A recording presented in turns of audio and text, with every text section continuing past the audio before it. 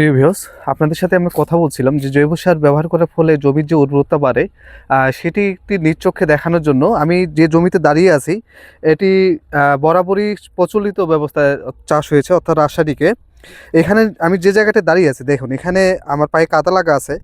আমি এই জমিটা চাষ দেওয়া হয়েছে, এরপরে পানি সেচ দেওয়া হয়েছে, তারপরেও আমার পাটা অথবা মাটির নিচে সেভাবে দাবে যাচ্ছে না।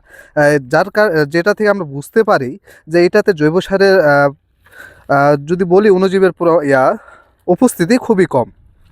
এই যে আমি হাঁটতেছি, এটা আসলে খুবই শক্ত লাগতেছে আমার কাছে এই জমিটা। আমার ওজন যথেষ্ট পরিমাণে, প্রায় 60 কেজির মতো। তারপরেও আমার ওজন অনুযায়ী আরও নিচে যাওয়ার কথা ছিল, কিন্তু যাচ্ছে না দেখুন। আর একটু আগে যে আপনারা দেখলেন যে আমাদের জমিতে শুধু চাষ দেওয়া হয়েছে, যদি আবারও আপনাদের দেখাই,